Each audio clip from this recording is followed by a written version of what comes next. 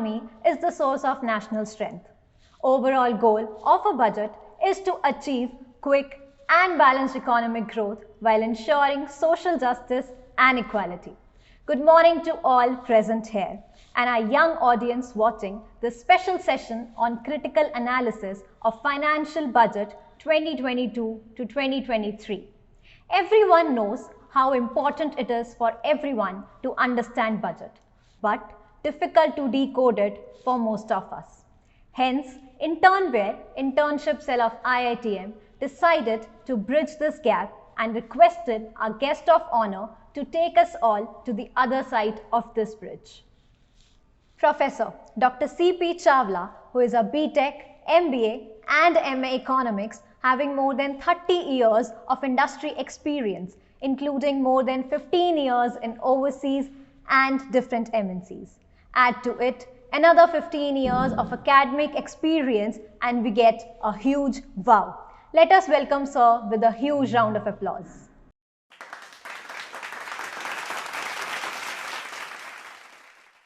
Welcome all of you.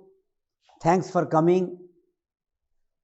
Today's session on budget, you being my students, some of you have got in your course also fiscal policy and monetary policy. This is in your syllabus as well. And I am assuming that after today's lecture, if the question comes on fiscal policy, you will all feel very comfortable to answer. In fact, he may ask anything, you will be able to correlate it with today's lecture. The government job basically is to see the well-being of its people. We all agree that the government job is well-being of the people. Now, to start with, we must know where as a Indian or Indian economy, where do we stand today? Today's average Indian income is $2,000 per year. Why I am saying in dollars? Because then there is a comparison easy to compare ourselves with the world. $2,000 per year is average Indian income. In comparison, if I say average American income is $60,000. $2,000, $60,000. Average Japanese income is $40,000. Average European income is also about 40,000, although there is a variation within Europe also, that Germany is 45,000, Italy is about 35,000, like that. So generally we must know that this is the range we are talking about. The gap is so huge. Now, when our government says that next year we will be the highest economic growth economy, we will be developing at 8.5% growth. America will be growing at 4%, 3%. So we must pat ourselves. Now, we being the students and the teachers, we must know the base effect also. Now, imagine $2,000 growing at 8.5%. Even if it is 10%, so $2,000 will become next year $2,200. But American who is earning $60,000, even if he increases 4%, how much he becomes ahead of us? So the gap, instead of reducing, will increase between ourselves and the European, American, like that. So I am not saying the government should not pat itself. Yes, it's good that we are growing at 8.5%, but we must always keep in mind the other side also, that the glass is half empty as well. So $2,000 versus $60,000, 8.5% growth versus 4% growth. So we must keep in our mind when we are talking about these numbers. Now, there is a structural problems in our economy as compared to most of the Western world or USA or Japan. Any economy of any country is made up of basically three parts: agriculture, industry, services. Our percentage of GDP is about 15% from agriculture, about 55% from services, and rest is from industry. 15%, 55%. Now, to earn this 15% of GDP, there are almost 60% people of India involved in agriculture. Can you see the distortion? 15 रुपए कमाने के लिए 60 लोग लगे हैं. So there's a distortion. No wonder the people are poor in the villages. Now, the same figures, if you see in America, the GDP of USA is made up of 2% from agriculture, 72% from services, the rest is from industry. How many people are involved? 2% in agriculture, 70% in services, rest from industries. Equal distribution. Here in our economy there is a distortion. 15% agriculture, but 60% people that are earning that 15% of the money. So this is a big problem.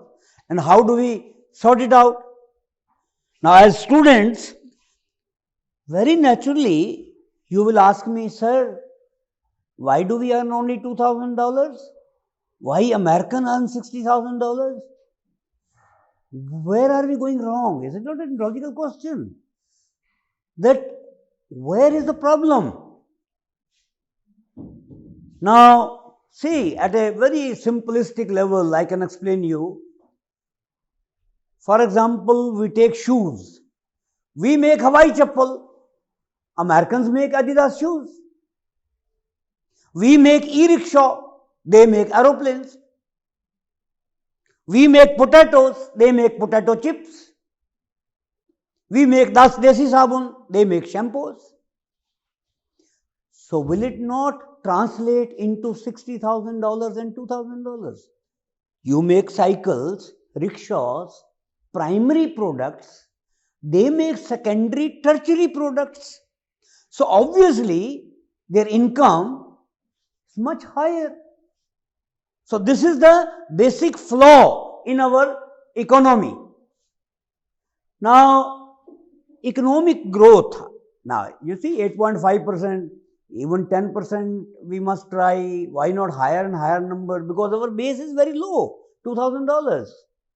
Now, economic growth is made up of three parts: consumption, investment, and exports.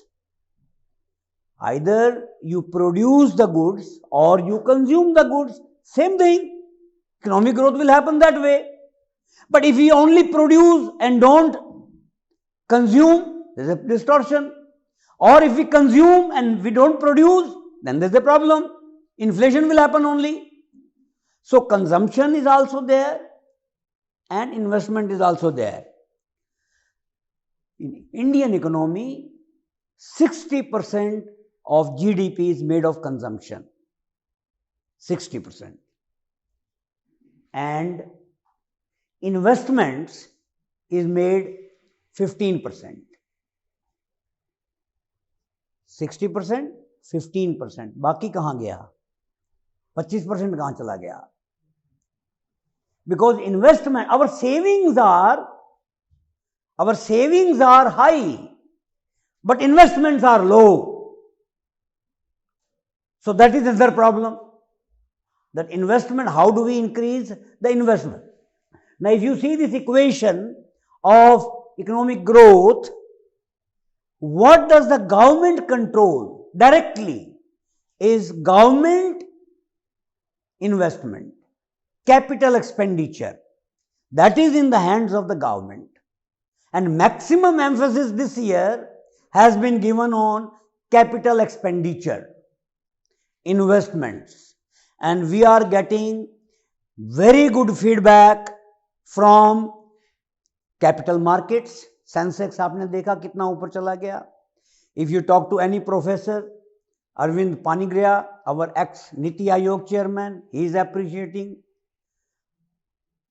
Every economist in the world is clapping hands for us that at least India is on the right track, because that is the only thing we can go ahead. So this is now major policy tools available for growth are fiscal policy and monetary policy. Monetary policy is controlled by RBI. Monetary policy का, my dear students, the only meaning real is कितना पैसा market में डालना है. How much money supply should be there, at what interest rate it should be available to balance the interest of depositors and the investors. That is how it has to be balanced. And the other is fiscal policy, and fiscal policy का नाम ही है budget, because the tool available to implement fiscal policy is budget. That is where the things are.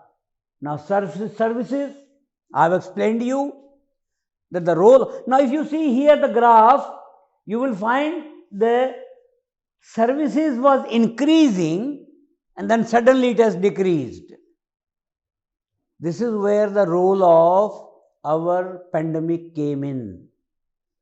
The intensive services like restaurants, tourism, that got contracted, and hence the services was increasing, then decreased.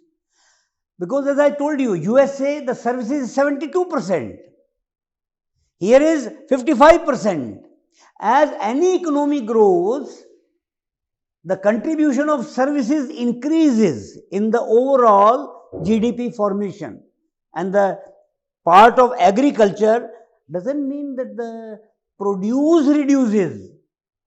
The productivity increases. Number of people employed in the agriculture will reduce. That is what is happening in US. In fact, Europe, Japan, America, everywhere, agriculture contribution in the GDP is not more than 5%. You see, budget making is such a funny exercise, or so complex, I will say, that we all want, all of us, what do we want from government?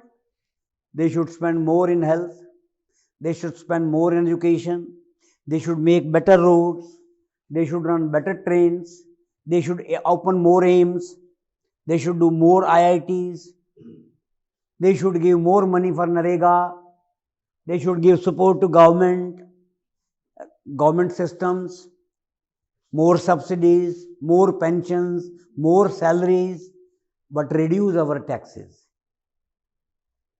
How can that happen? Are we not talking contradiction? We want government to put more and more money, but take less and less. How can that happen? It's not possible. Now, to give you a simple figure, if India produces 100 rupees of GDP, the tax collected is 10 rupees. Tax to GDP ratio is 10.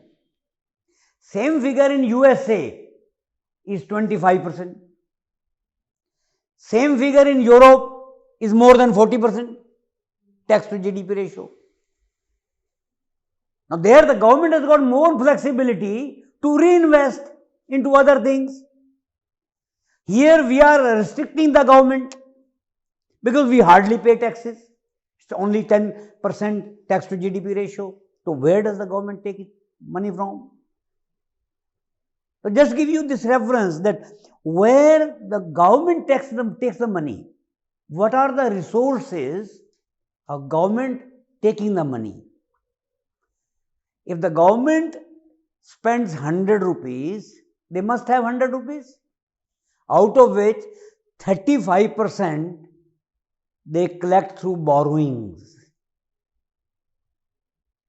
16% they collect from GST, 15% they collect from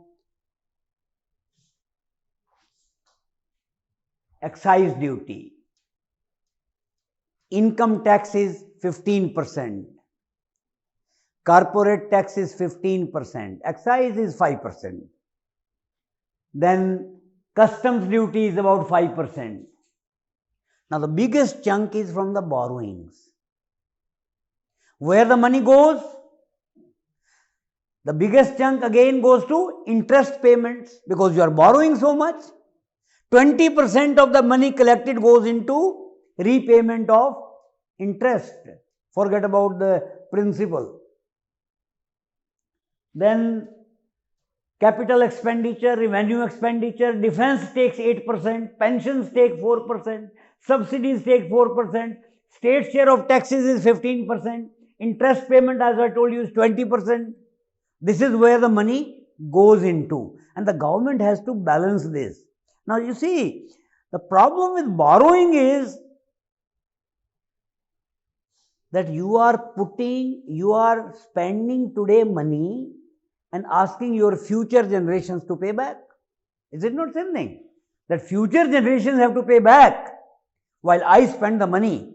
Are we being fair to future generations? No, we are not. So this balancing becomes a difficult one. Now, this tax to GDP ratio is a area where you can argue. गरीब आदमी tax कहाँ से दे? वो $60,000 कमा रहा है, Indian $2,000 कमा रहा है. Now, one blame generally we give to the government कि टैक्स क्यों लगाते हैं ज़्यादा, हमारा टैक्स क्यों नहीं कम कर देते. Only 4 crore people pay taxes. Only 4 crore people pay taxes out of the country of 125 crores. Then where the money comes from? So the tax base has to be increased for us to balance these figures. Now, the government of the day is always worried. The people who are making the rules for the country, they were concerned even in way back in 1998 that this borrowings we must stop or reduce at least. So there was a law passed during Vajpayee's eras. It was called Fiscal Responsibility and Budgetary Management Act. That total GDP ka borrowings should not, or fiscal deficit, not borrowing, fiscal deficit should not be more than 3% of the GDP. Last year, it was 6.9%. Next year's budget says we will try to reduce it to 6.4% will be fiscal deficit of the GDP. Now this is where the borrowings, there is always a, I will say, अंकुश रखना government के ऊपर to try to control the spending by the government. Some people say that this rule is outdated. The reason being, it says it is not the borrowings which are worrying, it is what do you do with the borrowings. उधार लेकर, if you invest into productive sector of the economy, then there is nothing wrong in it, because next year you will produce more goods and services. But if you spend, you increase the salary of the government staff, you put more money into revenue expenditure, then there is a problem. So this is just a thought that should we give more emphasis to fiscal deficit or should we give more emphasis to capital expenditure? Now this year, total expenditure estimated for next year 22-23 is 40 lakh crore. 40 lakh crore is estimated expenditure. आमदन कितनी है? 27 lakh crore. 27 lakh crore will be the revenue collected, 40 lakh will be the expenditure. बाकी कहां से आएगा? Again borrowings. 27 lakh crore और 15 lakh crore borrowings ले रहे हैं हम next year. But then you में से सर 27 प्लस 15 तो 42 हो गए. Expenditure is only 40 lakhs. Income is 27 lakhs. बाकी पहले का इंटरेस्ट देना है. सो 27 is revenue, 27 is revenue, 40 is expenditure. 15 lakh ले रहे हैं हम उधार तो 42 लाख हो गया, बिकॉज 2 लाख करोड़ रुपया तो हमने इंटरेस्ट पे देना है, पहले का देना है. So net borrowing is 11.1. Net borrowing is 11.1. Now out of this also, out of expenditure, जहां पर गवर्नमेंट को शाबाश मिल रही है from all the economists, that's why the Sensex has gone through the roof, is the government is saying we will spend 7.5 lakh crore on capital expenditure. We will increase the productive capacity of the India. Last year it was only 5.5 lakh crore. 35% increase. It has never happened in Indian history.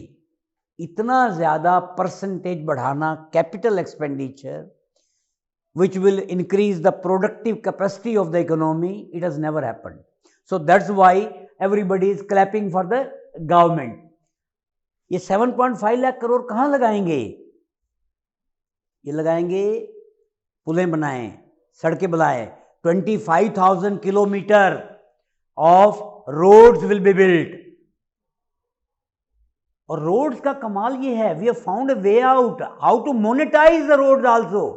Government spends money to make the roads, then we put toll tax, then everybody pays that also. That money can be again put into use. 400 Vande Bharat trains चलाएंगे हम. Means what? They are more fuel efficient trains. They run at higher speed. Capacity is higher. So productivity of the trains will increase. 60,000 crores. Nal se jal means we will provide tap water to 35 million, 3.5 crore families को tap water मिलेगा. ये सारी figure हैं for 7.5 lakh crore. All this money is going into capital intensive or capital expenditure, whatever you call it, and that is the positive side of the main positive side of this budget is this, that we are putting extra emphasis on capital. You see, समझाने के लिए आप बच्चों ये समझो, supposing एक आप राजस्थान में जोधपुर में एक प्लांट लगा दें to make motorcycle, put a plant there where there are no roads. Now as soon as you put a plant, you will make a road now, then you will open petrol pumps, then there will be mechanics sitting on the road, motorbike repair करनी है ना, then their insurance will come in, then the banks have to give loan for the buying of the motorcycle, then जो employees के लिए वहां पर क्या करना है, हॉस्पिटल खोलना है, उनके बच्चों के लिए स्कूल खोलने हैं. Now all these things is called services.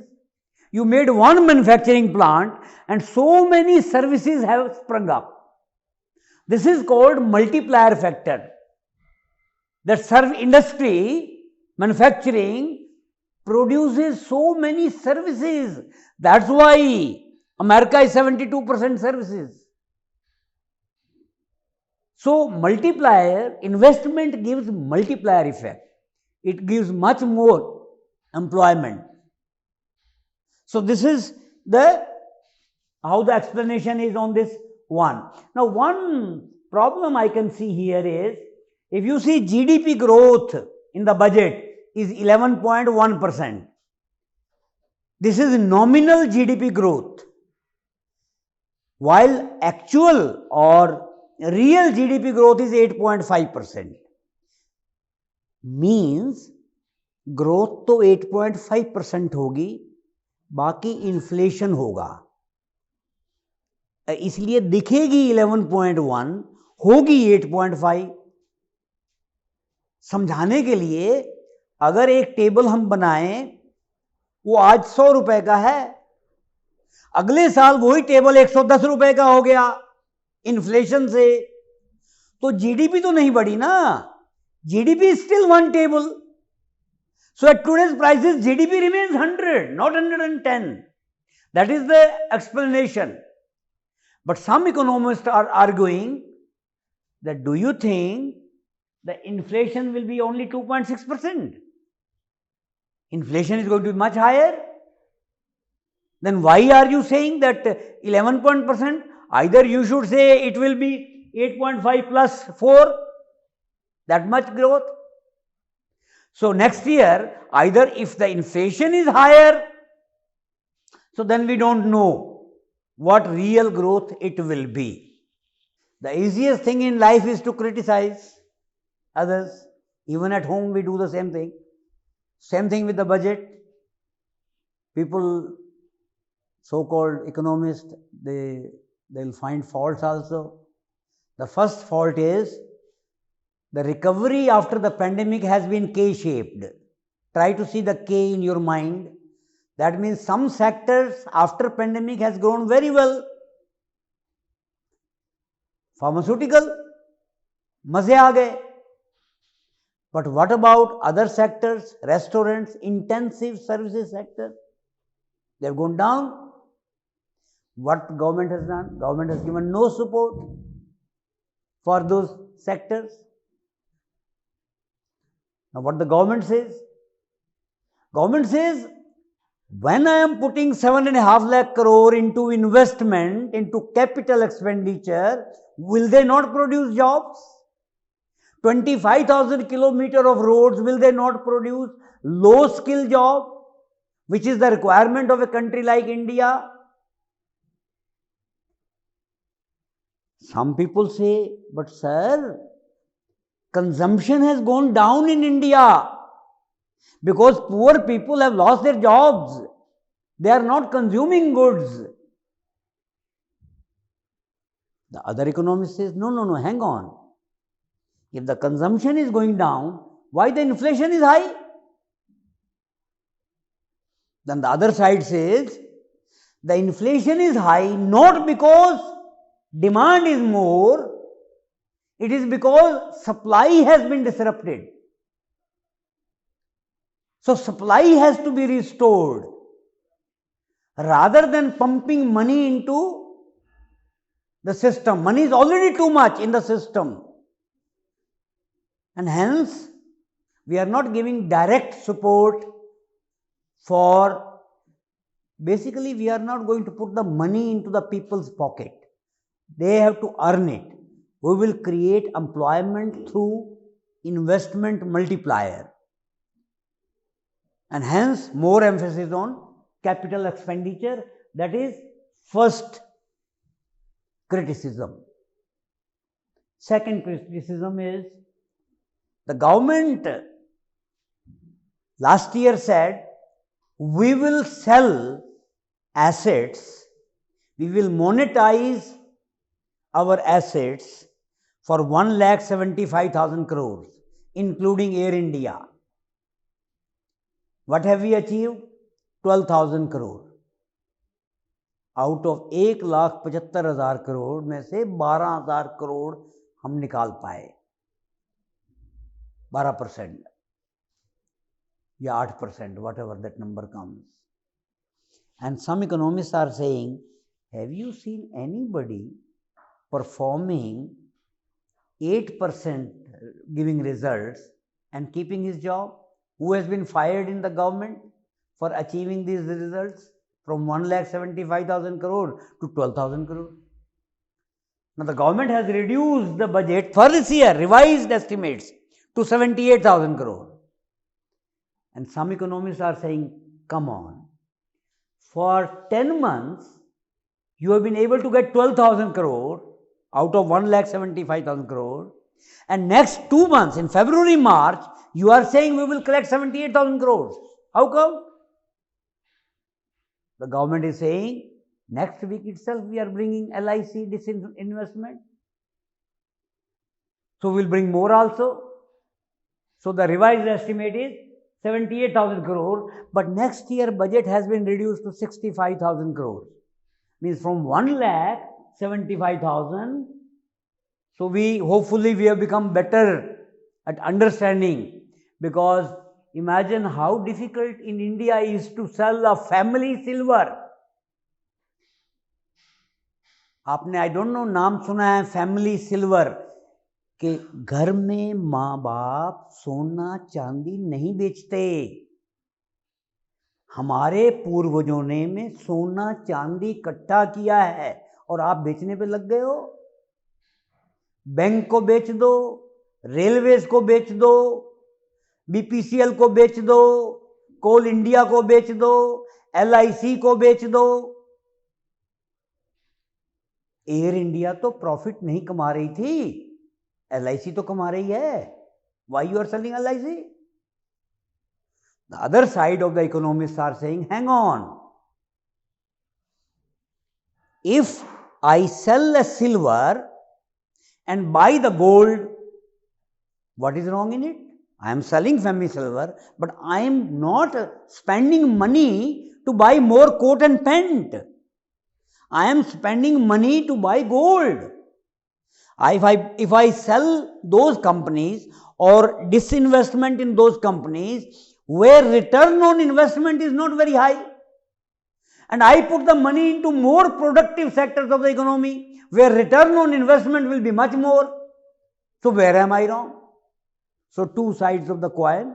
One economist saying, no, we are selling family silver, the government is selling family silver, these are the assets created over since independence, and now you are investing in those sectors.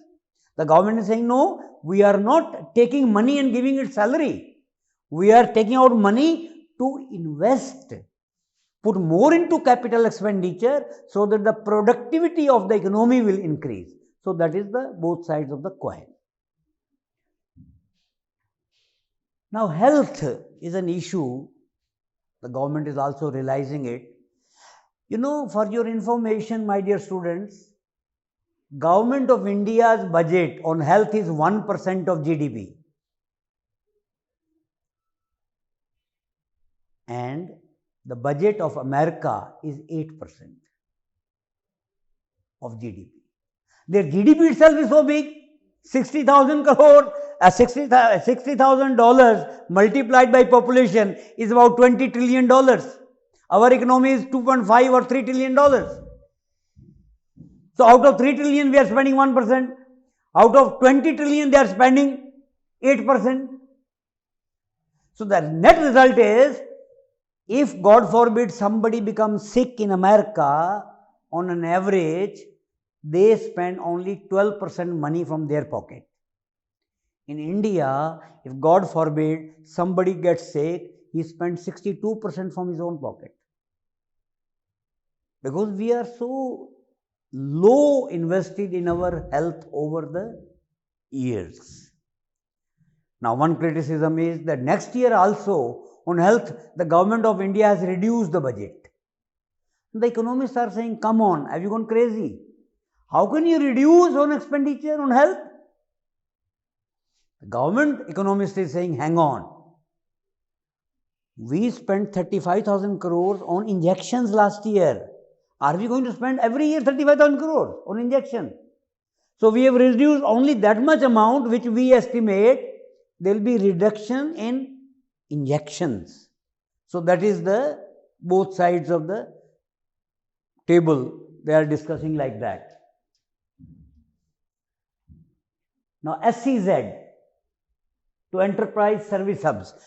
I don't know, because you are all young, When I was student or not student, about 10 years back or 20 years back, there was a concept of special economic zone. In India, the infra was very bad, so we created a special economic zone. We gave them special facility so that they become export hubs. Now in this SEZ, many units have closed and the infra is going to waste. Now the government is thinking, let us use those SEZ into a enterprise or service hubs so that the productivity of those units increases and SEZ becomes more viable in future. Now I can ask you any questions you would like to ask me on this budget. So we have listened a lot of things regarding the budgetary analysis and the critical analysis of the same. But I want to ask one question, and my question is, sir, why there was no reduction in the income tax slab, despite of the fact that we were in a pandemic situation, and the middle income segment, especially the salaried people, they were anticipating the reduction in the same. So we had a lot of expectations from the budget, but no relief as such, no relief was given. So why it happened? So I just want an answer to that. The first question asked is that why there has been no reduction in taxes to salaried class. Although I have mentioned that already tax to GDP ratio is only 10% as compared to Europe, America and all that, but still one side of the economists say 125 crore, only 4% people pay taxes. Why? The other side of the economists explain that we are 125 crore कहने को, out of which 50 crore people are less than 15 years of age. Rest कितने रह गए? 70 crores. Out of 70 crores, 60% people are in the agriculture sector. Agriculture sector is not included in tax. तो 60% of 70 crore, 42 crore वो निकाल दो. Whatever is left, only 10% people are in formal employment. Rest they're all informal employment. Tax आएगा कहाँ से? The tax base by the structure of the economy is so low. And that is where initially I said there are faults in Indian economy. We are too much dependent on informal sector and hence this problem of tax to GDP ratio also and not being able to reduce the taxes further. To take it lightly, the government said you should be happy कि आप लोगों के tax हमने बढ़ाए नहीं, घटाए नहीं. आप कह रहे हो ना घटाए क्यों नहीं, हम कह रहे हैं बढ़ाए तो नहीं ना, तो be happy. So that is the answer to this question. Hello, sir. This is Dr. Anita Sharma. And when the budget was announced, there were many things which pulled my attention. And one such thing was charging 30% tax on the income you generate from the digital currency. What's your take on this? My opinion about digital currency is no opinion at all. The reason is, even in the government circles, there is a thinking going on. There is a confusion between digital currency and cryptocurrency. Both are not legal documents till today in India. The one segment of the economists are saying, how can you tax something which is not even illegal? So the other side of the same saying, our job was tax. Whether it is illegal or not legal depends on other department of the government. That they will see. So there is a lot of churning going on this one. Like I can give you a reference of Chidambaram ji, ex-finance minister. He is saying this digital currency, cryptocurrency, 99.99% people in India, they don't know even what is cryptocurrency, what is digital currency. Are you making rules for 0.001% people? What type of this one we are doing? How can you tax something which is not even legal? Will you tomorrow tax gambling also, which is not legal in India? So there's a lot of churning going on, and let us see where overall the direction the government of the day will take. A very good afternoon, sir. This was really a knowledgeable session. My question is relating to that a particular or transformative master plan has been introduced or initiated by the government this time in the union budget. That is Gati Shakti master plan. So how it is going to be transformative for the economy? I mean to say it is relating to the upgradation or transformative for all the sectors or relating to any particular sector. So this is my question. Gati Shakti,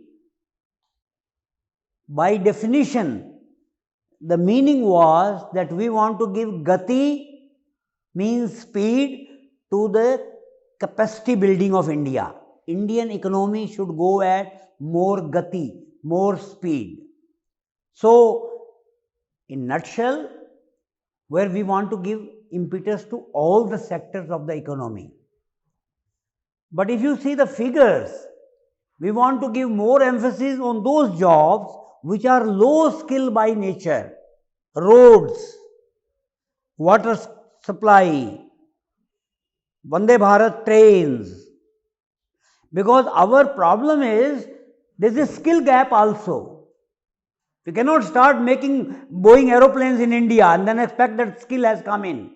So the government has taken a very calculated view that where our skill is there, we should put more emphasis on those sectors till we bridge the gap of skills in India.